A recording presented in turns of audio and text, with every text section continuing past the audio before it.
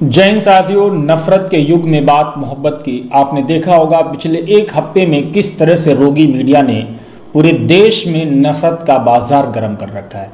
किस तरह से ठूस ठूस कर लोगों के जहन में नफरत घोली जा रही है। नफरत एक दूसरे के खिलाफ लड़ाने का जो माहौल तैयार किया जा रहा है, लिंचिंग की जो पिच तैयार की जा रही है, वो यकीनन शर्मनाक और अफसोसनाक है। लेकिन रोगी मीडिया के पत्रकारों की हालत पर रहम आती है। ज़रूरत इस बात की है कि आज इनका इलाज कराया जाए, लेकिन ये लोग अपनी नफरत से बाज आएंगे भी नहीं। क्यों? क्योंकि आप समझने की कोशिश कीजिए, इनका काम ये नफरत फैलाना। अगर ये मोहब्बत की बात करेंगे तो इनको लगता है कि इनकी टीआरपी डाउन हो जाएगी, इनको कोई देखेगा नहीं। बहरहाल, जिस तरह से तबलीगी जमात के खिलाफ नफरत का जहर घोला गया है, वो न सिर्फ शर्मनाक बल्कि निंदनीय है। अभी एक वाकया आज इलाहाबाद का है। इलाहाबाद में एक मर्डर का केस होता है। 3 बड़े पत्रकार एक हत्या के केस को किस तरह से तबलीगी जमात से जोड़ने में जुट जाते हैं कि वो तीनों के तीनों ट्वीट करके लिखते हैं तबलीगी जमात से इसका कनेक्शन है, तबलीगी जमात से इसका कनेक्शन है। लेकिन लोकल पुलिस क्या कहती है?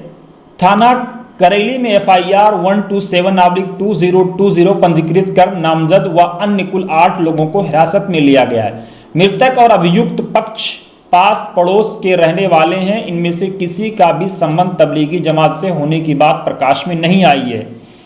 विवेचना के आधार पर कठोर विधिक कार्रवाई सुनिश्चित की जा रही है। लेकिन रोगी मीडिया के एक 3 बड़े पत्रकार कैसे हत्या की एक खबर को एक खास तड़के के साथ परोस रहे हैं, इसकी एक बानगी देखिए। प्रयागराज पुलिस ने इनको रिट्वीट करते हुए आईना दिखाया है। फिर भी शर्मनाक और अफसोसनाक है कि इन्होंने अपने ट्वीट को डिलीट नहीं किया। कुछ भी हो, तबलीगी जमात से जोड़ देंगे। एक और वाकया आपने देखा होगा पिछले कुछ दिनों में, किस तरह से पुलिस पर थूकने का एक वीडियो जो वायरल हुआ, उसको तबलीगी जमात के साथ जोड़ने की पूरी ताकत लगा दी रोगी मीडिया ने, और दिन रात तक चीख के चिल्ला करके एक दूसरे के तक नफरत भर के ये देखो ये देखो ये देखो किस तरह से पुलिस पर थूक रहा है, किस तरह से पुलिस पर थूक रहा है। पुलिस पर थूकने की निंदा होनी चाहिए, लेकिन एक वाकये को दूसरे वाकये से जोड़ देना जिसका उससे कोई संबंध नहीं है, कोई लिंक नहीं है। लेकिन रोगी मीडिया, क्योंकि उनको सैलरी इसी बात की मिल रही है, उनका काम ही यही है। आल्ट न्यूज़ ने इसकी तहकीक की, इसकी खोज की। आल्ट न्यूज़ ने अपनी खोज में पाया कि इस खबर का तबलीगी जमात से कोई लेना देना नहीं है। लेकिन रोगी मीडिया अपने मकसद से बात नहीं होने वाला है। स्टोरी है, जिन लोगों ने निजामुद्दीन मरकज में हुए आयोजन में हिस्सा लिया था, उन्हें बसों से अस्पताल और क्वारंटीन हाउस ले जाया गया। इस वीडियो में दिख रही गाड़ी एक पुलिस की वैन मालूम दे रही है। इसके अलावा वीडियो में कोई भी हेल्थ वर्कर मास्क पहने नहीं दिखाई दे रहा है। यूट्यूब पर man split police van search करने में हमें टाइम्स ऑफ इंडिया की एक वीडियो रिपोर्ट मिली। इस रिपोर्ट के मुताबिक एक कैदी जिस पर अभी मुकदमा चल रहा था, उसने शनिवार को मुंबई पुलिस के कुछ लोगों पर थूक दिया। बताया गया है कि वो पुलिस वालों से नाराज था क्योंकि उन्होंने उसे उसके घर से आया खाना खाने की इजाज़त नहीं दी थी। मुंबई मिरर ने 29 फरवरी 2020 से को इस घटना को रिपोर्ट किया था। इस घटना में शनिवार शामिल शख्स का नाम मोहम्मद सुहैल शौकत अली है। उसके परिवार वाले उसके लिए घर से खाना लेकर आए थे, जो कि पुलिस ने उसे खाने नहीं दिया। इस वीडियो में अली को मुंबई के थाने पुलिस से बहस करते हुए और गालियां देते हुए सुना जा सकता है। वीडियो कहाँ का है? रोगी मीडिया की मानसिकता आप सोचिए कि किस तरह से ये हमारे और आपके जहन में, हमारे और आपके बच्चों के जहन में, बड़ों के जहन में किस तरह से नफरत घोल रहा है कि कहीं के वीडियो कहीं लाके छेप दिया। आज एक और वीडियो आप देखिए कि किस तरह से तबलीगी जमात के लोग जिनको क्वारंटीन किया गया है दिल्ली में, दिल्ली सरकार अलग अलग तरह के बिल्कुल आसमानी दावे कर रही है। दिल्ली सरकार के दावों की सच्चाई कितनी है उसका अंदाजा आप इस बात से लगाइए कि दिल्ली सरकार कह रही है कि हमने बिल्कुल सब कुछ कर दिया। आपने क्या किया केजरीवाल साहब? इस वीडियो को देखिए। खुद जिन लोगों को, मरकज के जिन लोगों को क्वारंटीन किया गया है, वो लोग जिस जगह क्वारंटीन किया गया है, जिस कमरे में क्वारंटीन किया गया, उस कमरे को साफ करते हुए नजर आ रहे हैं। ये वीडियो हमें सोशल मीडिया के माध्यम से मिली है, जिसकी हम पुष्टि नहीं करते हैं, लेकिन एक अच्छी चीज है, इसलिए हमने सोचा कि अपने दर्शकों तक पहुंचा दें। किस तरह से ये लोग बाथरूम की सफाई कर रहे हैं, लेकिन रोगी मीडिया इसकी कोई चर्चा नहीं करेगा, क्योंकि इससे उसकी टीआरपी नहीं मिलने वाली है। उसकी सबबंदी जो वोटों की ध्रुवीकरण करना है, जो घृणा, जो नफरत जो फैलाना, उससे रोगी मीडिया को कुछ होने वाला भी नहीं है। 27 से 30 मार्च तक सड़क पर 20 मजदूरों की मौत हो गई। नहीं होनी चाहिए, दुखद घटना है, लेकिन रोगी मीडिया इस पर भी कोई चर्चा ही नहीं रोगी मीडिया करेगा। कितने अफसोसनाक बात है और कितनी निंदनीय चीज है कि 27 से 30 मार्च तक 20 मजदूर मर गए। रोगी मीडिया कहीं कोई चर्चा ही नहीं रोगी मीडिया में। यूपी मेडिकल स्टाफ का आरोप है कि सैनिटाइजर और मास्क मांगने पर हाथ पांव तोड़ने की धमकी दी गई है, जिस पर कांग्रेस की महासचिव प्रियंका गांधी वाड्रा ने ट्वीट करते हुए लिखा, इस समय हमारे मेडिकल स्टाफ को सबसे ज्यादा सहयोग करने की जरूरत है।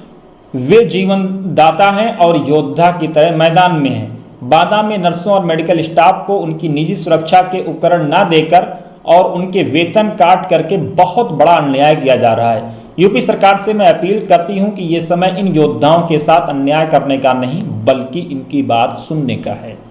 अच्छी बात है, इनकी सैलरी काट ली गई, कैसे ये अपने घर चलाएंगे? 20,000 रुपए की सैलरी, 22,000 रुपए की सैलरी आप 11,000 12,000 देंगे, कैसे इनका गुजारा होगा? ये लोग अपनी जान को, अपनी जिंदगी को रिस्क पर रख करके काम कर रहे हैं, देश की सेवा में लगे हुए हैं। इनको तो बोनस मिलना चाहिए था, 2 गुना 3 गुना इनकी सैलरी बढ़ा के मिलनी चाहिए थी।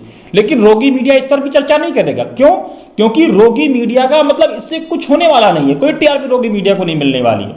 दिल्ली की मस्जिद की बात करते हैं, लोग आइसोलेट हैं, अपने घरों में बंद हैं। प्रधानमंत्री मोदी के लॉकडाउन आह्वान का पूरी ताकत के साथ, पूरी कुव्वत के साथ पालन कर रहे हैं।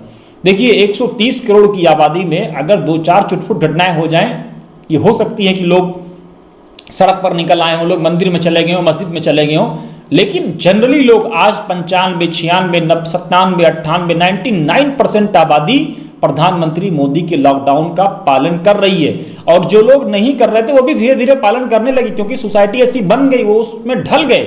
लेकिन किस तरह से एक मस्जिद के अंदर तोड़फोड़ की जाती है, किस तरह से चटाइयां बिखेरी जाती हैं, बल्ब तोड़े जाते हैं, दीवारें को मस्त किया जाता है, खराब किया जाता है, रोगी मीडिया इस पर भी चर्चा नहीं करेगा। क्यों? क्योंकि इससे उसकी टीआरपी नहीं बनने वाली है।